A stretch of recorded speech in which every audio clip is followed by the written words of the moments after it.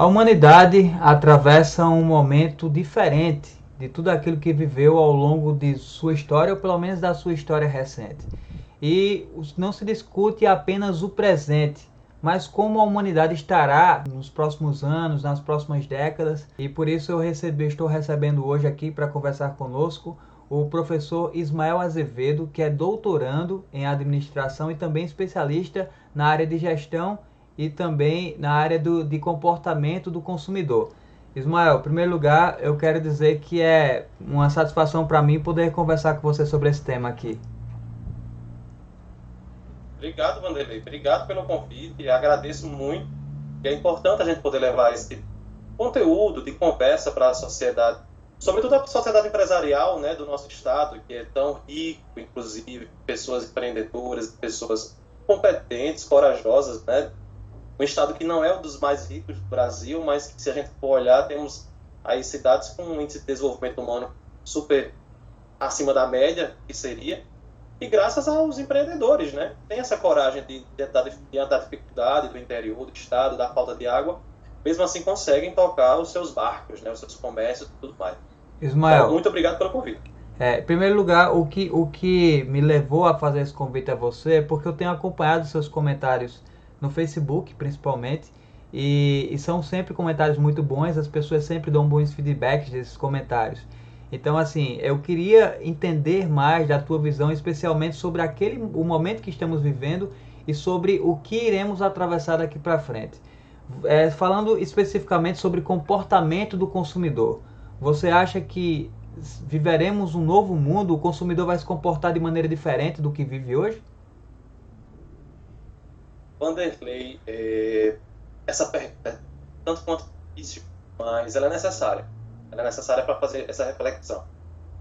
A gente sabe que o comportamento do consumidor ele vem muitas influências, né? Nosso primeiro, digamos assim, aprendizagem de comportamento, a primeira aprendizagem de comportamento, ela é familiar, né? Nós vamos ver nossos pais se alimentando, comendo, nos oferecendo. E aí, ao longo da nossa existência, vamos desenvolver comportamentos que são sociais, enfim, depois de nossa própria escolha, pelos grupos sociais que a gente participa, por e tudo mais. Uma pandemia como essa, que nos pega de jeito, assim, ela nos pega, a gente não esperava isso, né?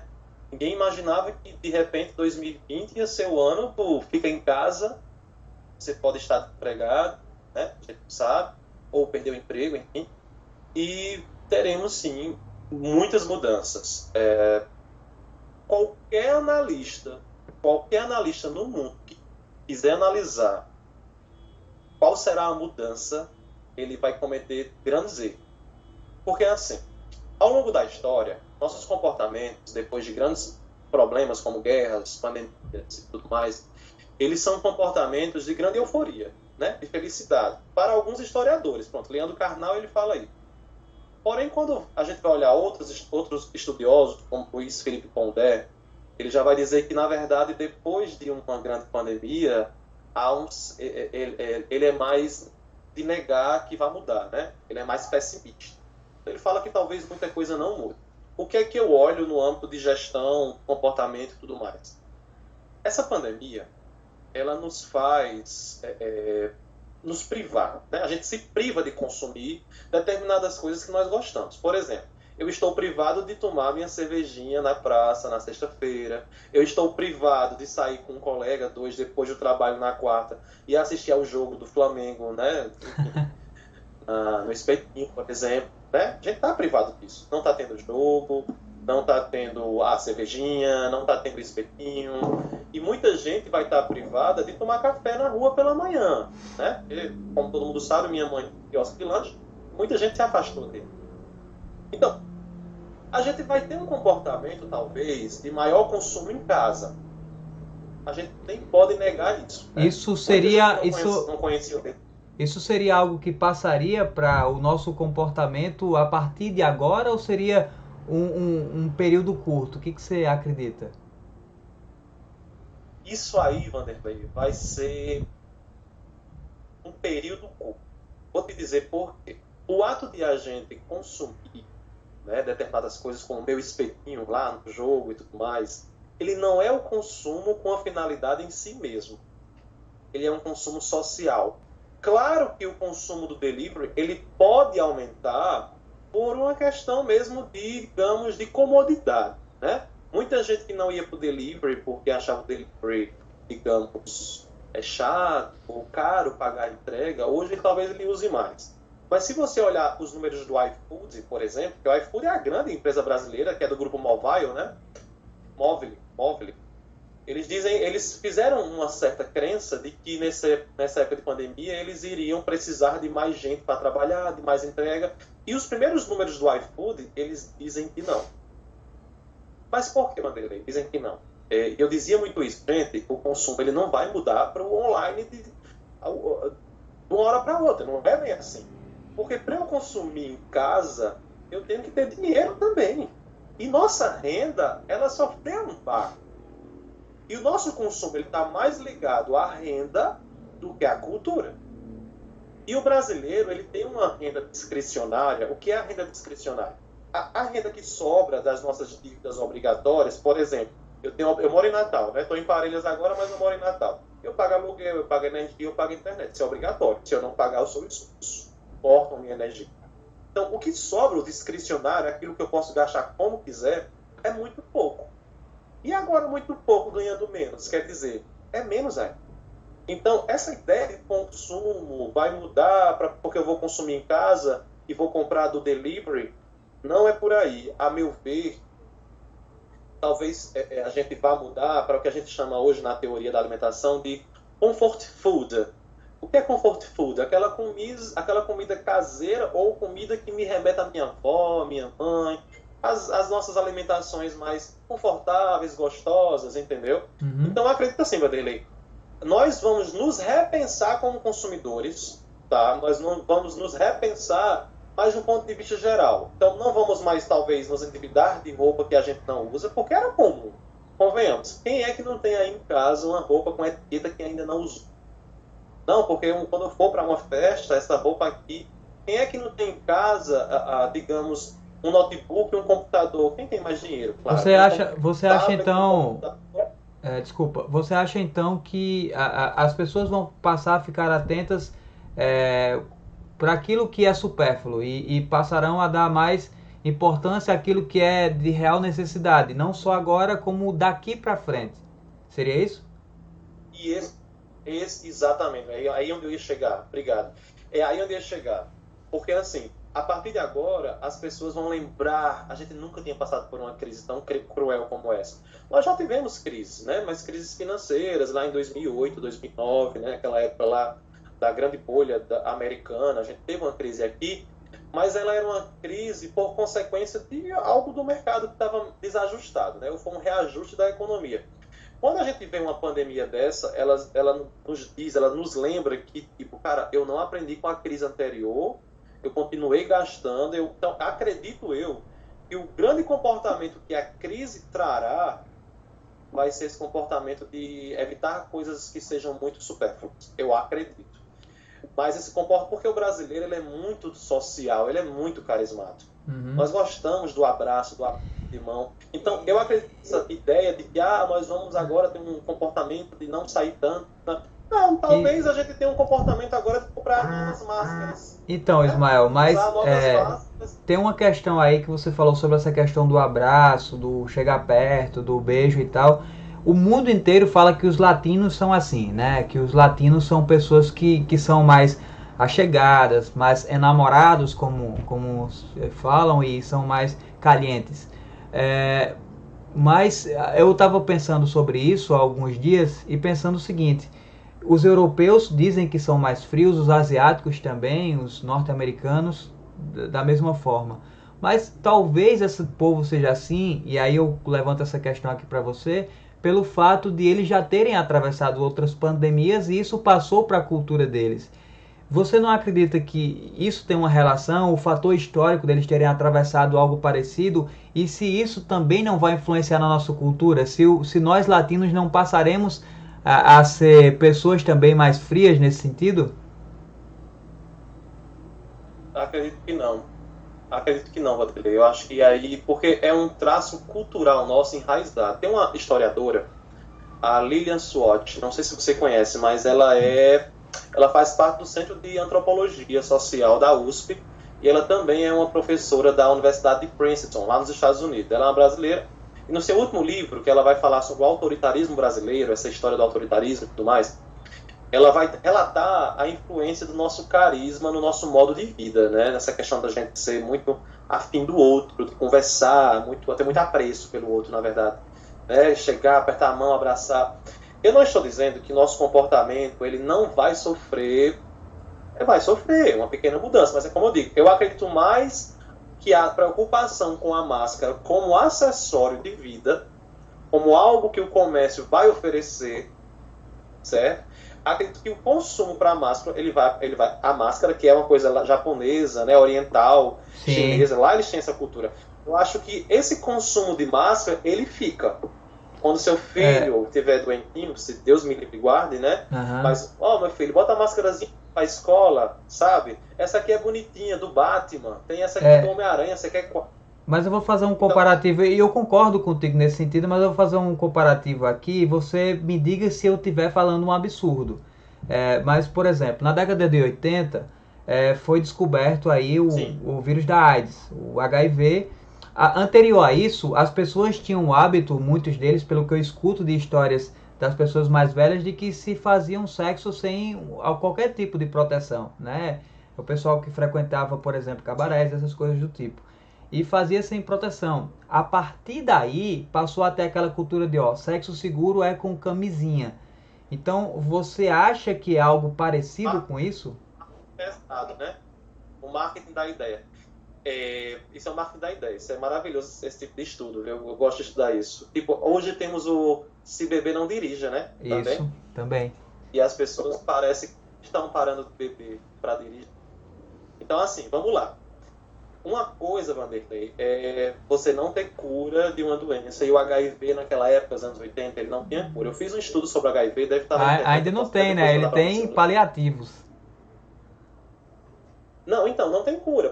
Na verdade, tem 2 casos curados de HIV, que é o paciente de Londres e o paciente da Alemanha, se não me engano. Uhum. Mas, assim, claro, não estou dizendo a vocês que tem cura. Não é por aí. Foi uma situação de último caso, fizeram um transplante de medula óssea, funcionou e curou. Mas, gente, não tem cura. Pelo amor de Deus, não transem sem camisinha. Mas vamos lá. Os últimos estudos sobre o uso de camisinha, de preservativo, eu adoro estudar mercado, então até isso eu andei lendo. Os últimos estudos de uso de camisinha estão mostrando que os idosos não estão usando. Os idosos são um grande grupo de risco ultimamente, são os grandes infectados, tá? Os idosos. E aí, se for estudar o pensamento do consumo por via deles, parece-me que uns estudos que eu andei lendo é porque o idoso acha que ele está no fim da vida, então, tipo, ele não vai pegar, já passou por tudo, e isso é bobagem, entendeu? Uhum. E os adolescentes. O estudo que eu fiz, tem publicado, eu fazia psicologia em 2016, mais ou menos, fiz um grupo de estudos sobre adolescente convivendo com AIDS, e pesquisei muitos artigos científicos sobre isso, e os adolescentes são um grande grupo de infectados hoje também por AIDS, por HIV, sobretudo os meninos. E onde é que eu quero chegar com você? Tipo assim, na década de 80, o HIV era a doença, inclusive ficou conhecido como doença dos gays, né? Doença gay, doença que ela não tem cura, é um mal e tudo mais. E depois se descobriu qual era o vírus e começou a aparecer depois medicamento, não para cura, mas para esconder o vírus e a sua influência no corpo humano. Então, uma pessoa com HIV hoje, ela convive com HIV como uma pessoa de boa saúde, inclusive de maneira indetectável. Ou seja, se a pessoa faz o tratamento direitinho com HIV e fizer um exame de sangue, não vai apresentar que ela tem HIV, certo? E, inclusive, já tem hoje outro comportamento de consumo, né, que é a PrEP, que é prevenção pré-exposição, ou seja, aquelas pessoas que quiserem transar sem camisinha podem fazer o uso da truvada, se não me engano, tem a truvada e um outro medicamento que a pessoa consome algumas horas, alguns dias antes do ato sexual e pode transar e não vai transmitir o HIV. Também é um comportamento de consumo novo quanto às relações sexuais. Independente do gênero ou da sexualidade, isso é possível. Então você veja, Vanderlei, que o comportamento de consumo é algo muito complicado. Então, aquele comportamento lá da década de 80, que passou a se usar muito preservativo, hoje você vê na televisão o governo brasileiro falando Use preservativo, pessoal. É indicado. Você não vê. Por que você não vê? Porque o governo fazendo suas pesquisas, não esse governo agora, que ele nem isso fala, e é um governo que não se preocupou muito ainda com isso. Mas os governos anteriores a esse, eles fizeram várias pesquisas, várias entrevistas, pesquisas objetivas, pesquisas em profundidade, e descobriu que o comportamento de consumo sexual, quanto ao uso de preservativo, ele chegou no pico da mudança comportamental. 75% das pessoas afirmam, e quando eu falo assim, até chama atenção, afirmam, não é porque elas usam, é porque eu tenho vergonha de dizer, um exemplo, eu tenho vergonha de dizer a você que eu não uso preservativo, porque você vai me cobrar que eu use. Convenhamos. Né? Então eu digo que uso. Mas às vezes eu nem uso. Pode acontecer. Pode acontecer. Interessante. Então, comportamento que a sociedade recrimina, todos os comportamentos que a sociedade recrimina, por exemplo, você é fumante, um exemplo. É um comportamento de consumo. É um comportamento químico e social. Tem alguma coisa na sua cabeça que fala que é charmoso fumar, que antigamente não era assim. Hollywood teve influência. Cigarro... Hollywood, a novela da Globo passava isso sempre, né? E as pessoas pararam de fumar, Vanderlei? Diminuiu bastante, né? A indústria do cigarro tá mas diminuiu bastante. Entendeu? Diminuiu bastante, mas aí foi uma coisa que não foi o marketing. Tem um livro chamado A Lógica do Consumo, de Martin Lindstrom. O que é que ele vai falar? Ele vai mostrar que sequer aquelas imagens por trás da carteira de cigarro que o governo, o Ministério da Saúde mandou, obrigou as empresas a imprimir, e não foi só aqui no Brasil, são mais de 135 países no mundo que usam essa mesma técnica de colocar atrás do cigarro doenças, cânceres, enfim, mostrando que o cigarro pode provocar aquilo. Ele fez um estudo com esses equipamentos de ressonância magnética e tudo, e ele mostra que aquelas figuras induzem a fumar. Induz a fumar. Que louco, cara! Pra você ter ideia, eu posso até citar um exemplo de um amigo aí, já faleceu. Ele contou uma vez que ele foi comprar um cigarro, aí via aquelas figuras, tinha atrás uma figura do que causava impotência. Ele disse, troca aqui por um que dá câncer. Então é louco isso, né? Olha, mãe vendia cigarro no quiosque na época que houve essa mudança, acho que foi no governo de Lula, ainda não lembro, mas quando houve essa mudança, mãe vendia cigarro, e eu passava por isso no quiosque muitas vezes, e eu perguntava às pessoas, eu era adolescente. Aí quando chegava lá, algum conhecido meu, me dá essa carteira aí de Carlton, sei lá, de Hilton, e eu dava a carteira, e ele olhava a imagem, não, essa aqui é do brocha, me dá o do câncer que é melhor, me dá o do câncer que é melhor, tem noção? Tem uma loucura aí. Eu ouvi isso, não foi ninguém que me contou. E engraçado que no livro que o Lindstrom lançou, é um livro recente, 2014 eu acho, ele vai mostrar que esse mesmo comportamento existe na Austrália. Existe, então, independe de qualidade de vida do país, ou de desenvolvimento, ou de riqueza. Esse comportamento ele existe em outros países também, do tipo, me dê outra imagem que é melhor. Ele relata isso no livro. Eu achei que era uma coisa bem brasileira, bem nossa, mas não, é uma coisa mundial. E o que é que ele vai finalizar o capítulo que ele fala sobre isso? Ele vai dizer que o comportamento ele não é algo só social, ele não é algo só... Ele também é algo biológico. Então aquela imagem lá atrás do cigarro associada a alguma coisa, antes de a gente refletir sobre a doença, já ativou uma região no cérebro que diz, nossa, como é gostoso fumar. Sabe? Então, quando ativa aqui, a química diz ao corpo, fuma, aí você, fuma. Entendeu? Ismael.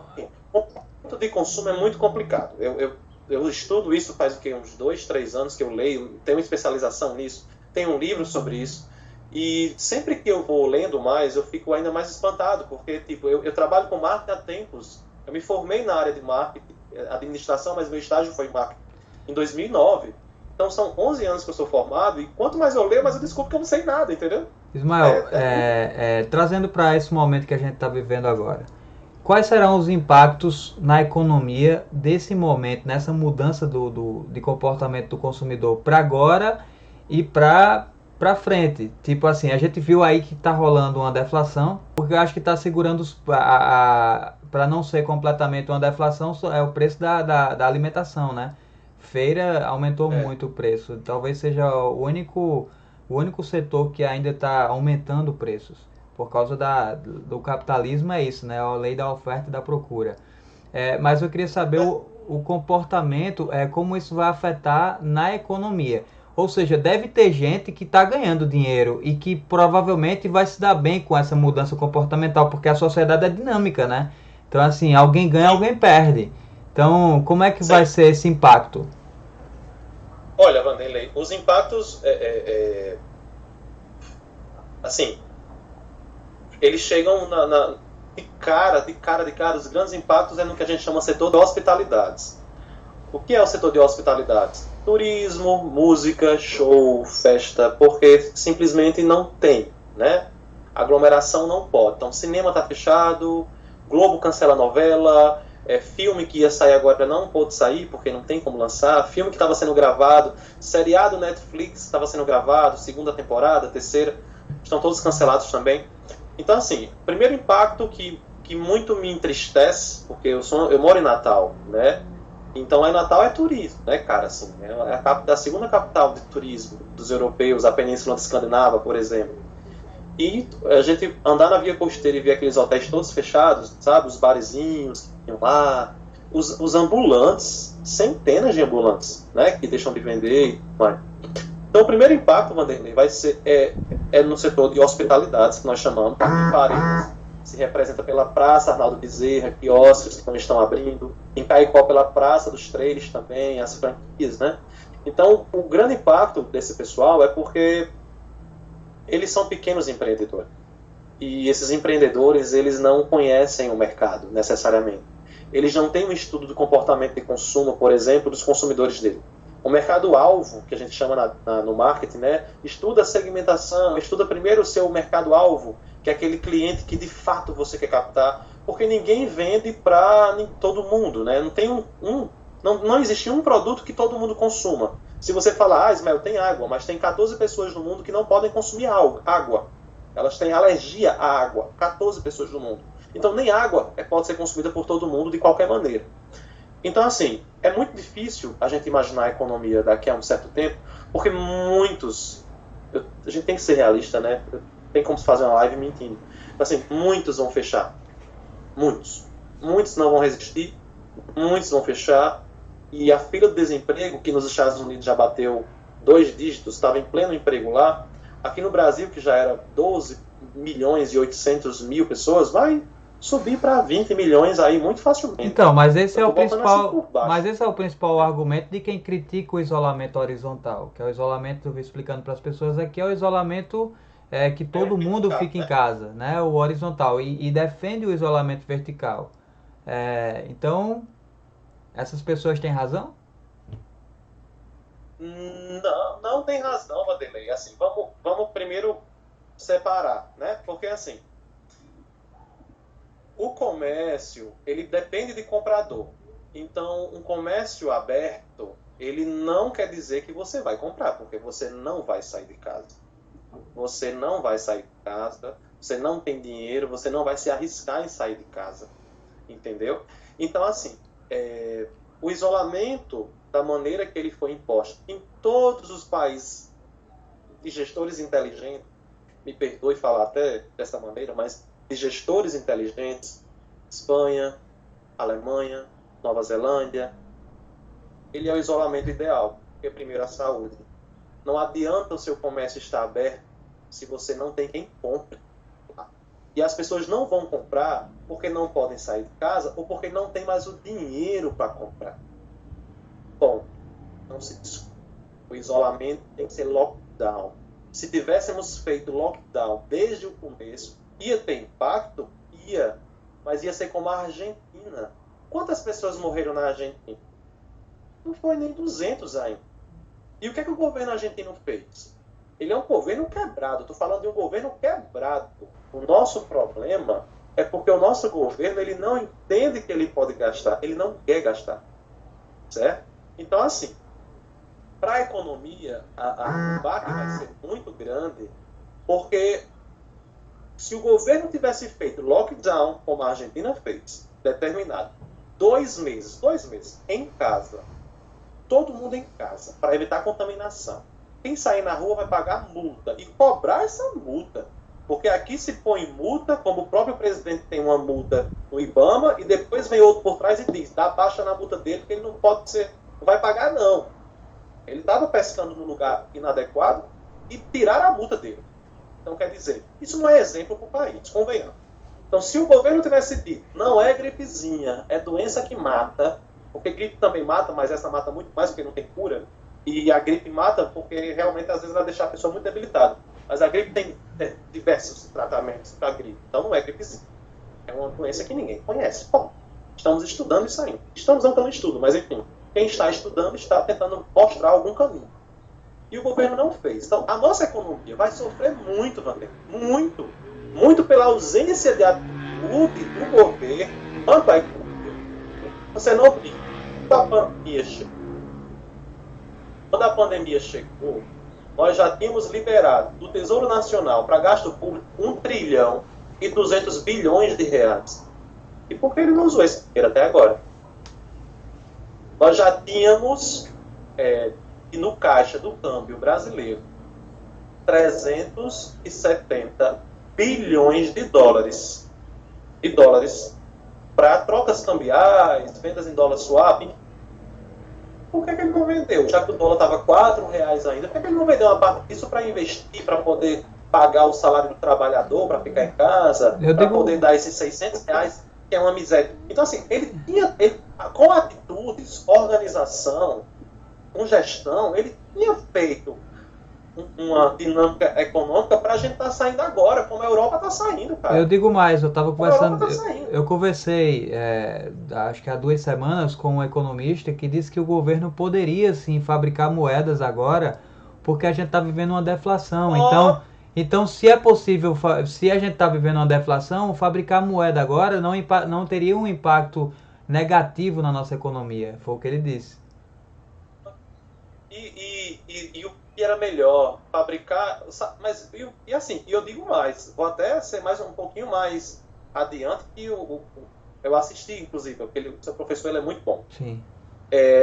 Não é só fabricar a moeda, é saber a quem dar essa moeda. Porque distribuir isso, né? Porque tem isso, fabricar moeda é muito tranquilo. Inclusive tem 20 empresas, 20 casas da moeda, digamos assim, no mundo, além da brasileira tem mais umas 20, e que fabrica pra gente 20% mais barato do que a própria brasileira. Eu gosto de ler sobre isso também. E eu digo a você, não é só fabricar esse dinheiro. Onde é que está o problema? O governo, ele pega esse dinheiro que poderia ser investido diretamente no consumidor, para o consumidor comprar a sua feira, o seu lanche, a sua bebida, seja lá o que você quiser comprar. Mas o governo ele pega esse dinheiro e dá na mão dos bancos privados. Paulo Guedes liberou aí 1 trilhão e 200 bilhões para dar liquidez a banco privado. Pô, assim, e não tem dinheiro para pagar R$600 para, sabe, o quiosqueiro, para o vendedor de espetinho? Como? Você não tem dinheiro, mas você liberou, sabe, 1 trilhão para banco, você tem 1 trilhão guardado, você tem aí 1 trilhão de reais em dólares também que você pode usar. Tem muito dinheiro. O problema é porque a nossa sociedade, ela é carismática. E o que é que eu estou dizendo? A nossa sociedade, ela tem pena do governo, ela não cobra. Eu votei em você, eu não cobro de você. Eu tenho pena de você. Se você diz com a sua lábia que você não pode me ajudar, o bichinho não pode me ajudar. É mesmo, a culpa é do anterior. Cara, não é assim. A culpa é de todo mundo. E aí a gente precisa compreender que não é só falar da culpa. E como é que eu vou resolver essa culpa? Como é que eu vou resolver o problema? Então o comportamento de consumo nosso, ele poderia ter sido mantido. Eu poderia estar em casa hoje consumindo delivery aqui em Paredes, por exemplo. E por que eu não estou? Porque me falta dinheiro. Ok, Ismael, nosso papo está muito bom aqui, mas já vai passando de 30 minutos a nossa conversa. E geralmente os vídeos ficam complicados o pessoal assistir quando são grandes demais, né? E aí eu queria, para a gente encerrar aqui, que você dissesse, diante da sua visão, enquanto uma pessoa especialista nesse setor, no comportamento de consumo, o que um pequeno empreendedor deveria fazer, pensando no agora para sobreviver, e pensando também no Sim. pós-pandemia. O que você imagina? Você fala aí o caso da tua mãe, né? Que todo mundo conhece, Mabel aí conhece o quiosque. Todo mundo em Parelhas, que eu tô falando, pessoas de vários lugares estão assistindo esse vídeo, mas Ismael é um meu conterrâneo da cidade de Parelhas, no interior do Rio Grande do Norte. A mãe dele é pequena empreendedora também, e esse cara aí fantástico também, porque resolveu enveredar no mundo da academia e hoje um grande pensante sobre vários temas. Então, Ismael, eu queria que você me dissesse aí o que é que as pessoas devem fazer nesse momento e no pós-pandemia. Então, Vanderlei, vamos lá. Vou tentar ser breve para não ficar muito rugando o vídeo, embora eu fale muito, né? Sou da cobra quase, como dizemos aqui. Rapaz, eu sou! Então, eu sou! É mesmo. Eu sou da Timbaúba, inclusive. Mas é isso. Então, assim, a priori, eu acredito que a gestão dos pequenos negócios, elas devem começar de dentro para fora. Como assim, Ismael? Dentro para fora? Para ficar claro para eles. Vocês, pequenos empreendedores, olhem para dentro do seu comércio, para dentro da sua atividade, e o que é que você pode cortar de estoque. O que é que está obsoleto e você pode colocar como promoção para atrair, sabe? O que é investimento que você pode cortar, o que é despesa que você pode cortar, a energia, a água, enfim. Primeira coisa, não olhe para fora, não olhe para o cliente, porque você esqueceu ao longo dos anos, a grande maioria de pessoas esqueceram de entender os comportamentos de consumo desse cliente, tá? Então, se eu tenho um quiosque, como a mãe tem um quiosque ali, ela nunca foi de vender delivery, não é colocando a entrega que ela vai entregar. Eu não sei se aquela pessoa ia comer lá porque ela gostava de comer lá, entendeu? De repente ela só ia comer lá porque gostava de comer lá. Então, em casa ela não vai querer comer a comida da minha mãe, porque em casa ela tem comida, compreende? Então, assim, primeiro olhe para dentro do seu comércio, olhe o que está obsoleto, olhe o que você pode entregar como promoção e comece a criar vínculo. Porque é um dos pilares do marketing, quando a gente vai estudar, o terceiro ou quarto pilar vai ser o quê? Crie relacionamento. Criar relacionamento, Vanderlei, não é atender bem é obrigação. Criar relacionamento não é entregar um produto bom. Entregar um produto bom é obrigação. E o que é criar relacionamento, Ismael, afinal? Conhecer o seu cliente. Onde é que ele mora? O que é que ele faz? Qual o telefone dele? Qual é o aniversário dele? Tem filho ou não tem filho? Quanto ele gasta no meu comércio? A partir disso, agora, hoje, se eu tivesse um controle de relacionamento, eu ia mandar um SMS. Ei, Mabel Lanche está lembrando de você. E aí, quer que eu vá deixar uma comida aí? Então, crie relacionamento com o seu cliente. É o que eu peço aos empreendedores pequenos. Entreviste o seu cliente, sabe? Conheça a realidade dele. Conheça como ele gostaria de receber o produto em casa. Sabe? É isso que está precisando o nosso microempreendedor compreender. Não é só vender, mas é criar relacionamento. E criar relacionamento não é atender bem ou ter um produto bom. Isso aí é sua obrigação. Eu pago para isso mesmo. Mas é você compreender as nuances do seu cliente. Por que ele come no seu... Ou por que ele vai na sua loja? Por que ele compra a sua roupa? Sabe? É parcelado? Não é. Então eu vejo, por exemplo, as empresas de turismo, elas estão, mesmo as pequenas, elas estão atuando bem agora. Vendendo pacotes a longo prazo, parcelado em 24 vezes. Que não sabe nem quando vai poder usar, na verdade, né? Não, mas ela está recebendo dinheiro, não está? Tá aí, é o que importa para tirar o comércio. Crie produtos, mas não é produto em si, mas crie, digamos, promoções mesmo. Crie combos na sua loja. Então crie o que é muito comum no interior, aquele sistema de as pessoas pagam por mês e tiram no final, como é? Um consórcio. Crie consórcio dos seus produtos, qual o problema? Porque no pós-pandemia, o comércio ele não vai fechar hoje, amanhecer, amanhã melhor. Ele vai retomar aos poucos tudo de novo. Vai ser tudo de novo. Então, assim, o aperto ele vai continuar. Se amanhã o governo do estado disser, ó, acabou o lockdown, acabou o isolamento, todo mundo para a rua, as pessoas não vão voltar a comprar como comprava antes. Então, a gente vai ter que cortar a despesa, cortar aquele estoque que a gente não pode guardar, porque não faz o menor sentido, e começar a compreender esse novo comportamento de consumo.